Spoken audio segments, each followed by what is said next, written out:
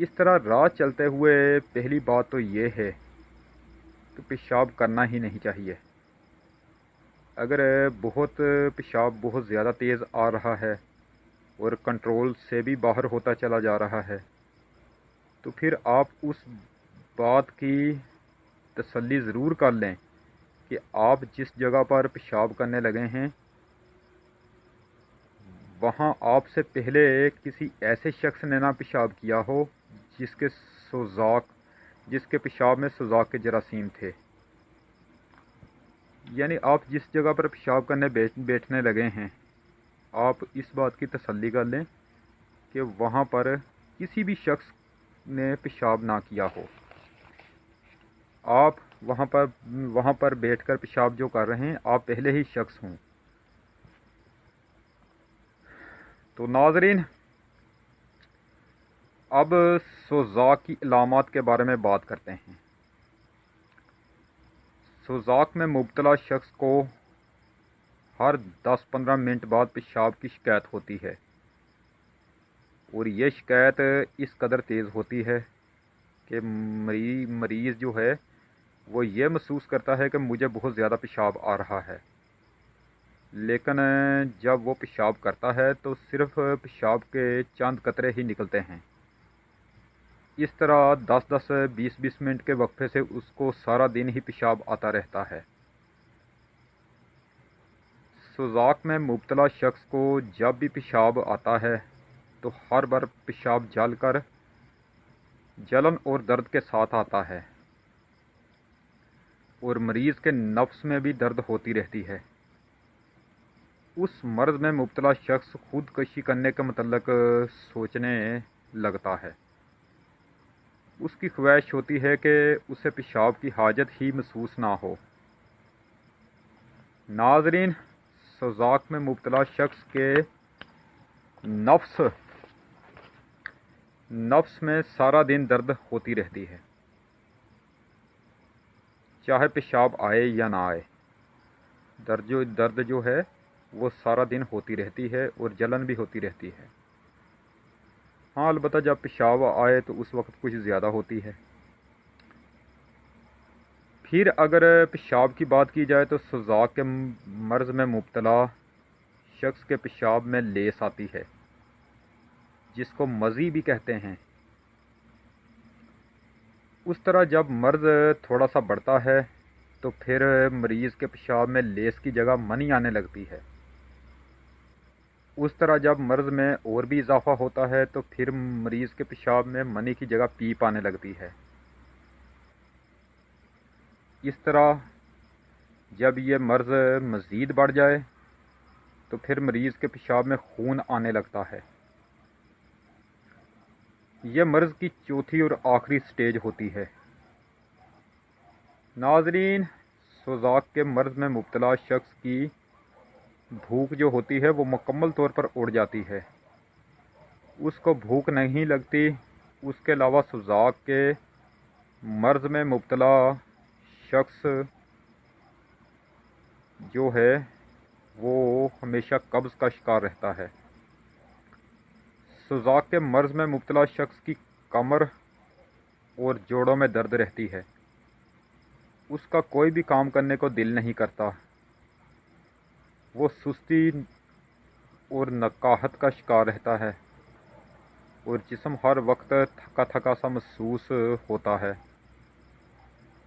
سوزاک کے مرض میں مبتلا شخص کو بخار ہونے کے بھی چانس موجود ہوتے ہیں۔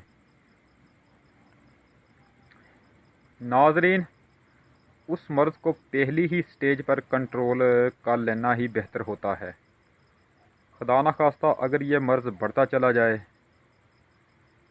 تو مریض کے جسم میں پیپ کی فراوانی ہو جاتی ہے، اور یہ پیپ جو ہوتی ہے یہ انسان کے جسم کے اندر جو بچے پیدا کرنے والے جراثیم ہوتے ہیں یہ ان جراثیموں کو کھا جاتی ہے یا ختم کر دیتی ہے، اور اولاد پیدا کرنے والے جراثیم اگر مرجھا جائیں تو پھر انسان شادی کے قابل بھی نہیں رہتا، اور اگر وہ پہلے سے شادی شدہ ہو تو پھر وہ اولاد سے محروم ہو جاتا ہے۔ اگر یہ خطرناک مرض اپنی آخری سٹیج یعنی چوتھی سٹیج پر پہنچ جائے تو پھر مریض پر کسی بھی دوائی کا اثر نہیں ہوتا، کیونکہ اس کے نفس کے اندر اس وقت چھوٹی چھوٹی گانٹھیں بن چکی ہوتی ہیں، اور ان گانٹھوں کو ختم کروانے کے لیے مریض کو پھر اپنے نفس کا آپریشن کروانا پڑتا ہے، اور یہ آپریشن کامیاب بھی رہے گا اس بات کی بھی کوئی گارنٹی نہیں ہے، یہ مریض کی قسمت پر منحصر ہوتا ہے۔ ناظرین، دعائی یہ کرنی چاہیے کہ ہم میں سے کسی کو بھی سوزاک کبھی نہ ہو، اور اگر خدا نخواستہ سوزاک ہو جائے تو پھر اسے فوری طور پر پہلی ہی سٹیج پر کنٹرول کرنے کی کوشش کی جائے۔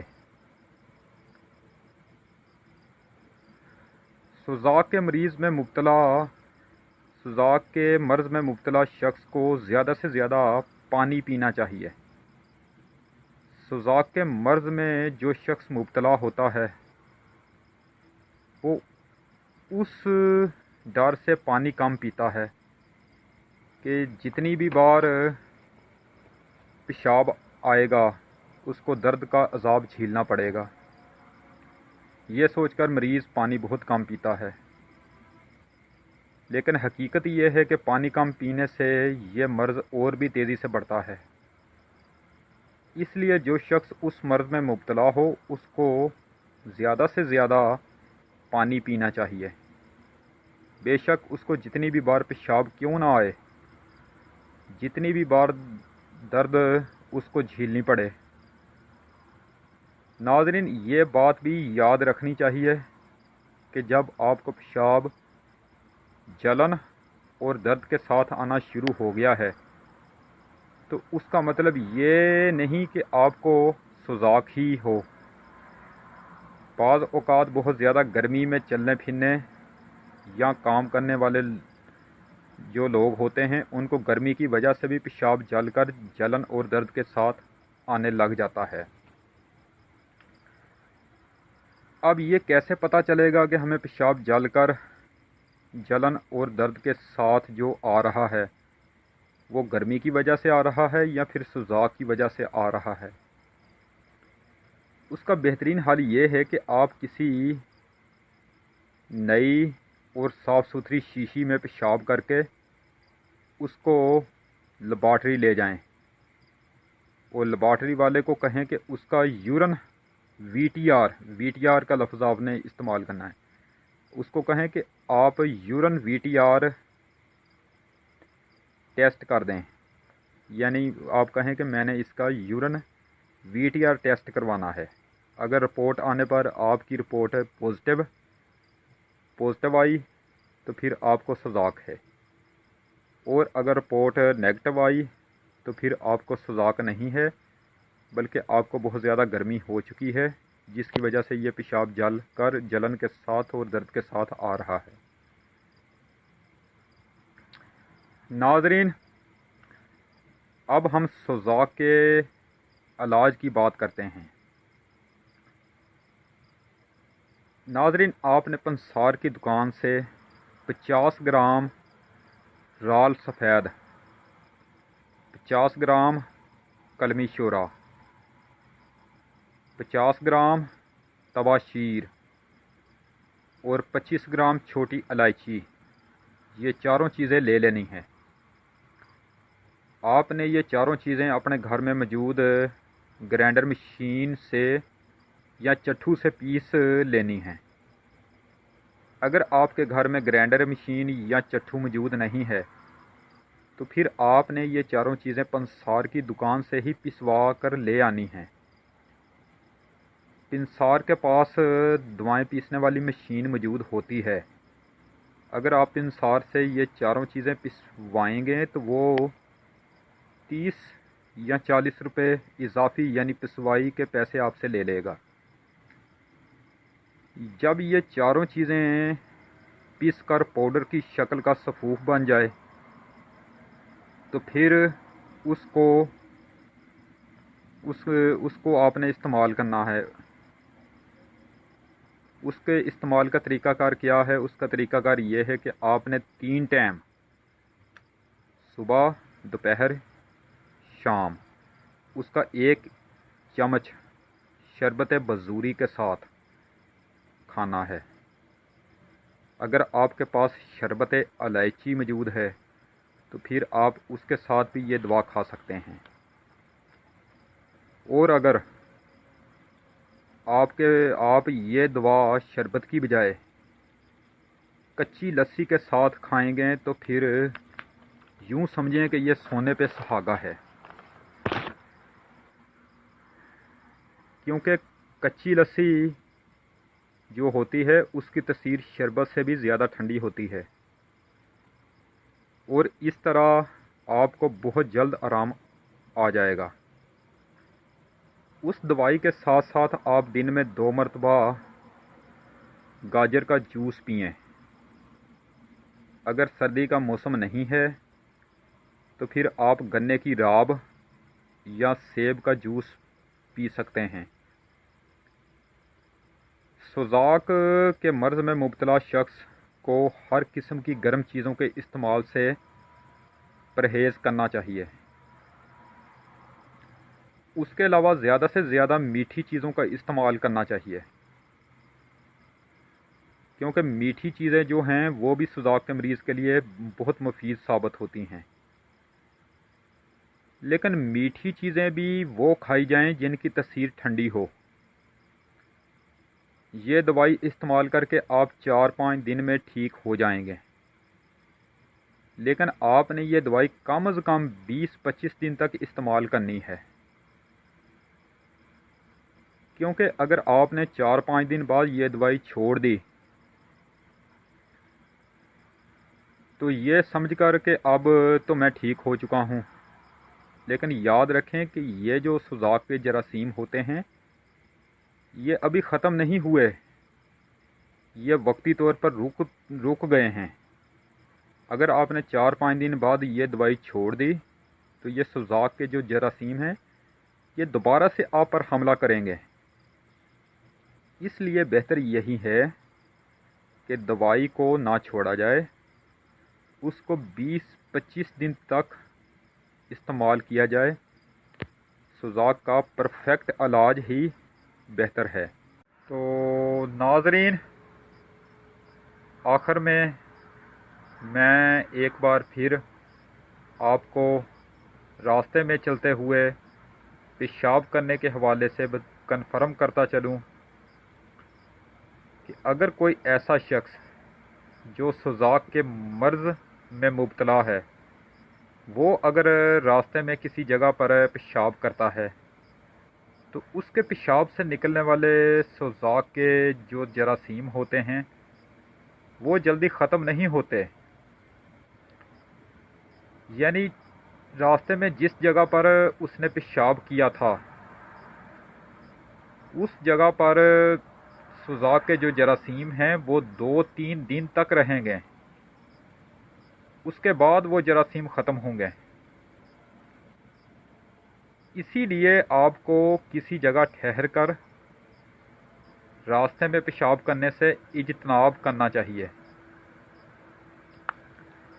اگر آپ راستے میں کسی جگہ پیشاب کرنا چاہتے ہیں تو آپ کو اس بات کا اندازہ لگانا مشکل ہو جائے گا کہ آپ جس جگہ پر پیشاب کرنے کا ارادہ رکھتے ہیں وہاں پر آپ سے پہلے بھی کسی شخص نے پیشاب کیا تھا یا نہیں کیا تھا۔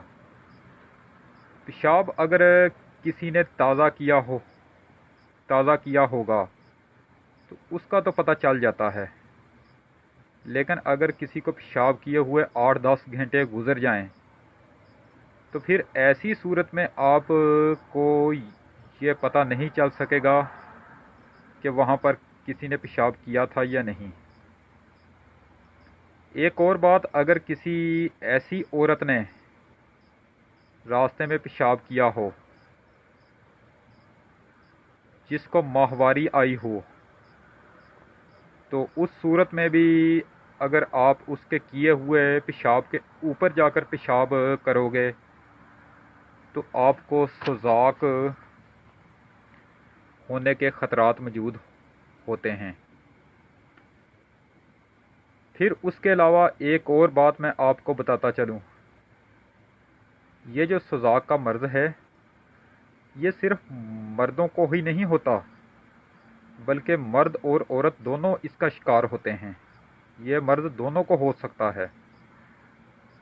آخر میں میری یہ دعا ہے کہ اللہ تبارک و تعالی ہم سب کو اس موذی خطرناک مرض سے بچائے، اور جو لوگ اس موذی مرض کا شکار ہو چکے ہیں اللہ تبارک و تعالی ان کو شفائے کاملہ، صحت و تندرستی عطا فرمائے، آمین۔ تو ناظرین، آج سیاست اور زراعت کے حوالے سے بھی بے شمار خبریں موجود تھیں، لیکن میری صحت کچھ ٹھیک نہیں ہے، اسی لیے اب سیاست ہو یا زراعت ان سب ٹاپک پر کل بات ہوگی، اور آج کے لیے بس اتنا ہی کافی ہے۔ انشاءاللہ تعالی اب آپ سے دوبارہ ملاقات کل ہوگی۔ ویڈیو اگر پسند آئے تو کائنڈلی اس کو لائک ضرور کیا کریں، ویڈیو اگر ناپسند بھی آئے تو اس کو ڈس لائک کیا کریں، اور اگر ہو سکے تو میری اسی ویڈیو کو آگے اپنے دوستوں کو فیس بک، واٹس ایپ، انسٹاگرام اور ٹویٹر پر لازمی شیئر کر دیا کریں۔ آپ کی بہت زیادہ مہربانی ہوگی، اور مجھے یعنی اپنے اس میزبان کو ہر وقت اپنی دعاؤں میں خاص طور پر یاد رکھا کریں، اور میرے اس چینل کا بھی خاص خیال رکھا کریں۔ تو انشاءاللہ تعالی اب آپ سے دوبارہ ملاقات نیکسٹ ٹائم اگلی ویڈیو میں ہوگی۔ اس وقت تک کے لیے میں آپ سے اجازت چاہتا ہوں۔ ویڈیو کو لائک کریں، چینل کو سبسکرائب کریں، اور بیل آئیکن پر ضرور کلک کریں۔ اللہ نگہبان۔ خدا حافظ۔ رب رکھا۔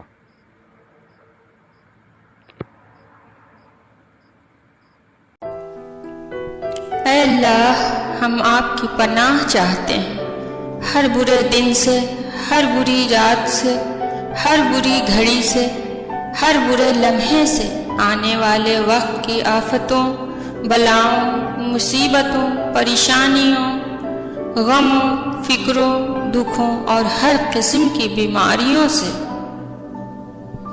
اے اللہ، جو پریشان حال ہیں اور اپنی پریشانیوں کو کسی سے بیان نہیں کرنا چاہتے، ان کی پریشانیوں کو دور فرما۔ اے اللہ، تو اپنے نیک بندوں کو جو دیا کرتا ہے وہ ہم سب کو عطا فرما۔ اے اللہ، ہم کو ہر لمحے اپنی حفظ و امان عطا فرما، آمین ثم آمین یا رب العالمین۔ Thank you for watching. Please subscribe my channel.